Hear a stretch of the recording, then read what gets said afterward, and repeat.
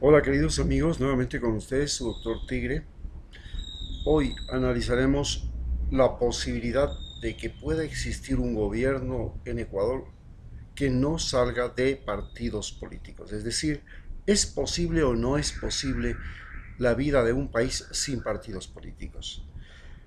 En realidad en la humanidad no han existido partidos políticos sino hasta cuando llega la independencia de los Estados Unidos y se crea el sistema republicano, el sistema representativo en el cual el presidente, aparecen los presidentes.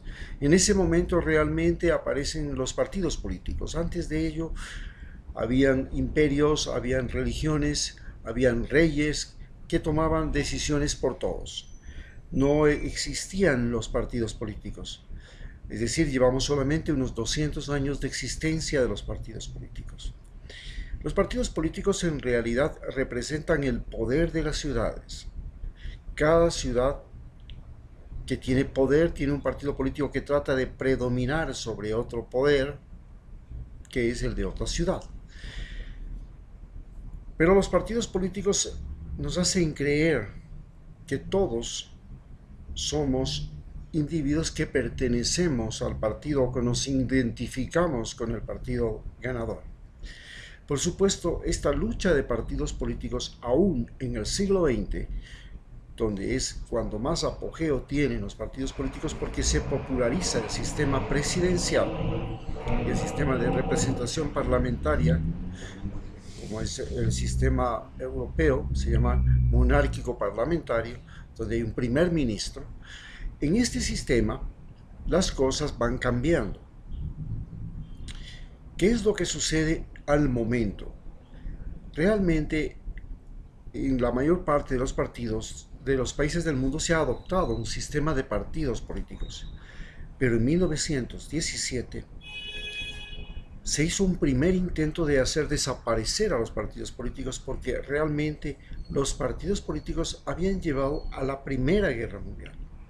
A su vez, los partidos políticos que en 1917 crearon el partido único, que se llama el Partido Comunista de la Unión Soviética, que duraría 90 años y que dominaría gran parte del mundo, es decir, la mitad de Asia y la mitad de Europa, por ejemplo. También tenía influencia en Cuba y en parte de los países de África, incluido, estamos hablando en Asia, de China. ¿Qué significa la presencia del partido único? Era la desaparición de todos los partidos y el concepto de que solamente se podía gobernar con un solo partido. ¿Y funcionó o no funcionó? En realidad no funcionó.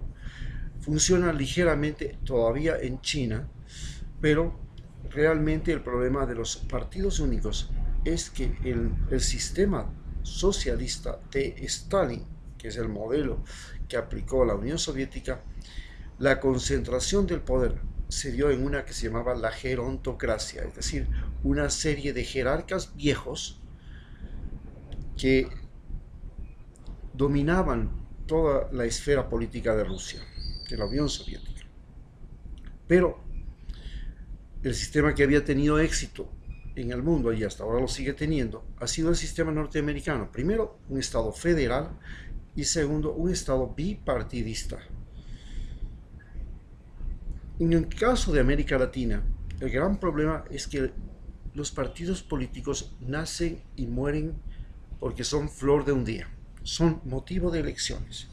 Los partidos son partidos con propietario, no son partidos con ideología. Entonces el Partido Social Cristiano era de León Febres Cordero y de sus herederos. El partido de Alvarito es de Álvaro Noboa, el partido de Gutiérrez, hay el partido del banquero, hay el partido, e incluido Alianza País, era el partido de Rafael Correa. Pero en Perú la cosa es mucho más complicada. Las cosas significan los partidos nacen y mueren solo para las elecciones y tienen un alto componente de narcolavado. En el caso de Brasil, se ha logrado, había un partido, el Partido de los Trabajadores, que era el partido de Lula, que era una ideología que permaneció durante muchos años.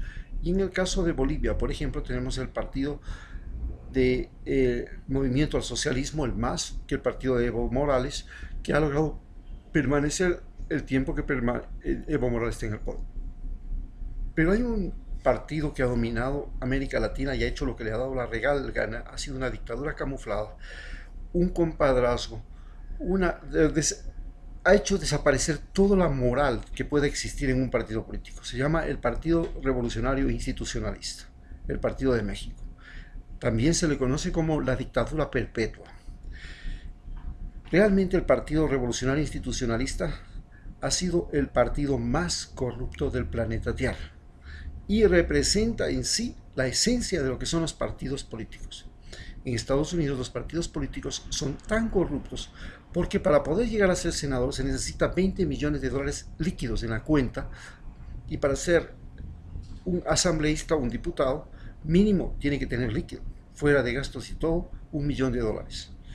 Para ser presidente, ustedes saben que el juego está por los 500 millones de dólares de base de entrada y se reúnen fondos a través de miles de caminos, que son los caminos en los cuales el presidente se vende al mejor postor y se termina siendo un mercenario que tiene que servir a aquellos que financian su campaña. Entonces nos preguntamos cómo es posible hacer un sistema de gobierno sin partidos políticos. Estamos en una nueva etapa de la sociedad humana. Hemos pasado de una sociedad de dominación territorial donde la palabra del rey era la ley.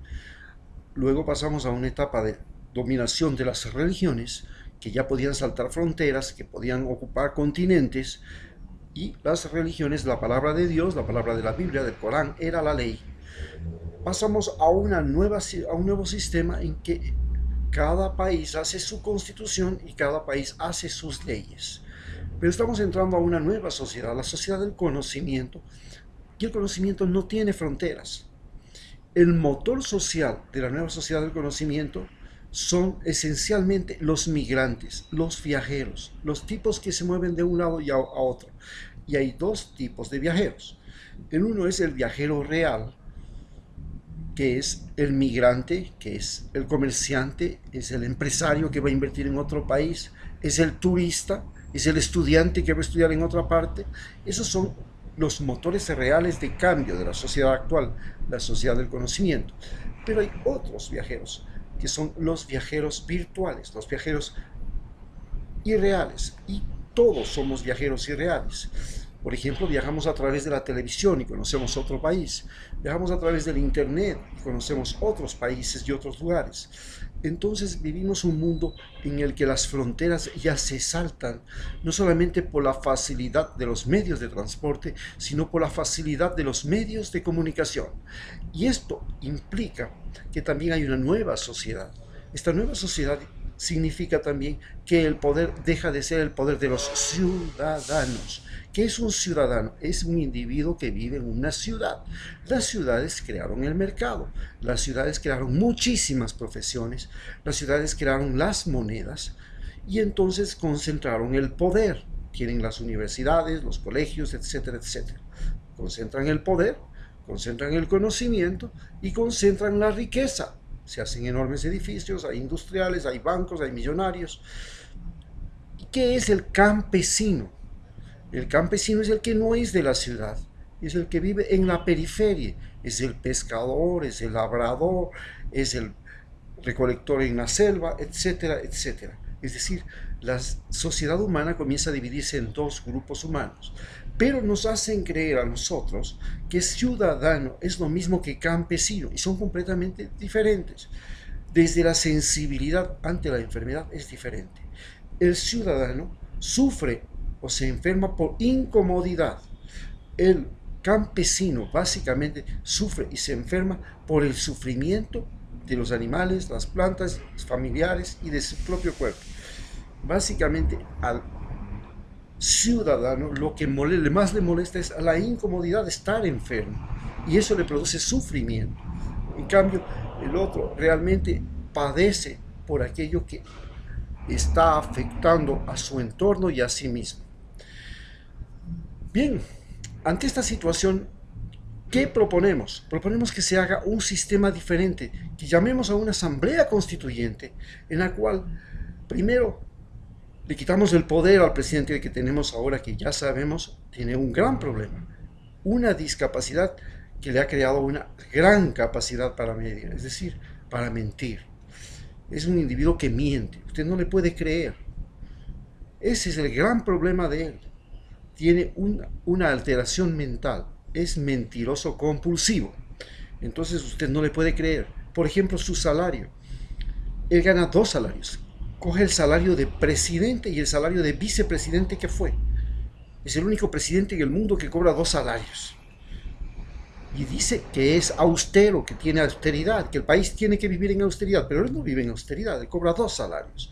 Entonces ese es el mentiroso que tenemos. Entonces la Asamblea Constituyente la hacemos para sacarle al mentiroso que tenemos en el poder y para crear un nuevo sistema en que desaparezca la partidocracia, que es el poder de los partidos políticos. Los partidos políticos, desde nuestro origen en la Gran Colombia, fue trágico. Realmente, la Gran Colombia, que era el espacio geográfico más poderoso de América, con salida al Atlántico, con salida al Pacífico, con una gran cantidad de gente, con culturas propias, con grandes valles fértiles, selvas, playas, montañas, etcétera, etcétera, riqueza minera, riqueza humana, mientras Estados Unidos era una enorme planicie, sin habitantes, sin cultura, sin mano de obra. Nosotros emergíamos, en ese momento que emergía Estados Unidos, también como la gran potencia sudamericana, más potentes que Brasil, porque Brasil no tenía salida al Pacífico y también Brasil era una gran selva. Entonces era una gran superficie, pero en realidad era una gran selva impenetrable. Ahora es penetrable porque la tecnología lo permite, pero en ese momento era una selva impenetrable. En cambio, el mundo antiguo, Colombia, Venezuela, Ecuador y Panamá, éramos realmente la mayor potencia del mundo. Sin embargo, ¿cómo nos deshicimos? ¿Cómo nos despedazamos? ¿Cómo nos quedamos y nos convertimos? Colombia, en el país más conflictivo de Sudamérica, vive en guerra desde el día que le quitaron Panamá. Venezuela hoy, sumida en la crisis más absurda, el país más rico de Sudamérica en minerales, en riqueza, etcétera, etcétera, con salida al Atlántico, sumida en la pobreza. Ecuador, un país que tiene todas las riquezas del mundo, todos los pisos climáticos, la mayor biodiversidad del planeta, sumido en su pobreza. 163 de 192 países es el estatus es la posición que tenemos en el nivel de pobreza. Estamos mal, con Correa nos superamos enormemente, pero hemos vuelto a caer. Hoy somos también un país que está sufriendo porque vive una pobreza comparada, no la pobreza real, que es, bueno, ¿en qué diferencia hay entre la pobreza real y la pobreza comparada? La pobreza real es que yo no tengo para comer. La pobreza comparada es yo tengo para comer, pero no tengo para comprar el celular. Pero no solamente eso, también es la siguiente. Sí, yo ya tengo casa, pero no tengo con qué pagar el agua de la casa. No tengo con qué pagar la luz, no tengo con qué pagar el internet, no tengo con qué pagar mi teléfono, no tengo cómo pagar los impuestos. Eso se llama pobreza comparada. Y ese es peor que la pobreza real, que la pobreza de no tener. Porque todos los días le llega la cuenta del teléfono, todos los días le llega la cuenta de la luz, todos los días le llega la cuenta del agua. Y eso le hace sentir al hombre pobre, terriblemente pobre. Le recuerdan todos los días que es pobre. Cuando usted no tiene nada, nadie le recuerda que usted no tiene nada, solamente su estómago y su piel. Pero usted puede resolver eso comiendo. Pero usted no puede resolver cómo pagar el agua cuando no tiene dinero. Y entonces cuando usted no paga el agua, el servicio higiénico de su casa apesta. Al tercer día usted ya no puede vivir en su casa porque no sabe dónde cacar, qué hacer con el servicio higiénico y el agua que apestan. Toda su casa se vuelve una porquería, no puede vivir. Eso se llama pobreza comparada y eso es lo que estamos viviendo aquí en Ecuador. Entonces, una asamblea constituyente para sacarle al individuo que ha sabido manejar mal la economía del Ecuador. ¿Por qué ha sabido manejar mal la economía del Ecuador? Porque en lugar de cobrar a los ricos impuestos, les liberó de 4.000 millones de dólares. En lugar de reducirse su propio salario, cobra 2. En lugar de reducir las importaciones, que son fuga de divisas, permite las importaciones y hay una gran fuga de divisas. Entonces no hay circulante. Como no hay circulante y además no hay obra pública, no hay inversión del Estado, no hay circulante, no hay dinero. Hay muchos productos, nadie puede comprarlos. Hay muchas casas para arrendar, nadie puede arrendarlas. Hay muchos taxis para trabajar, nadie quiere rentar taxis, nadie quiere hacer nada. Se llama deflación. Y eso estamos viviendo ya 9 meses en Ecuador. Entonces, en estas circunstancias, llamamos a una asamblea constituyente para convocar a un nuevo sistema en el que desaparecen los partidos políticos y la gente se agrupa de acuerdo con su identidad en organizaciones de carácter social, en organizaciones de carácter tecnológico, educativo tecnológico, o en organizaciones de carácter ecológico, cultural y de salud. De esa manera, las organizaciones de carácter socioeconómico pueden estar los partidos políticos, en las de carácter político, ecológico, cultural, estarían todas las que tienen que ver con hospitales, con salud, con protección del ambiente, los municipios, etcétera, etcétera, que tienen que ver con ese tipo de actividades, y las que tienen que ver con tecnología, innovación y educación, estarían en otro. Usted no se identifica ya con un partido político, sino con una actividad que usted considera que es la fundamental, que debe llegar al poder. Si en un lugar lo más importante es el problema del empleo, entonces la actividad económico-social deberá ser los que manejan ese rubro, ese factor, tiene que ser la que llegue al poder.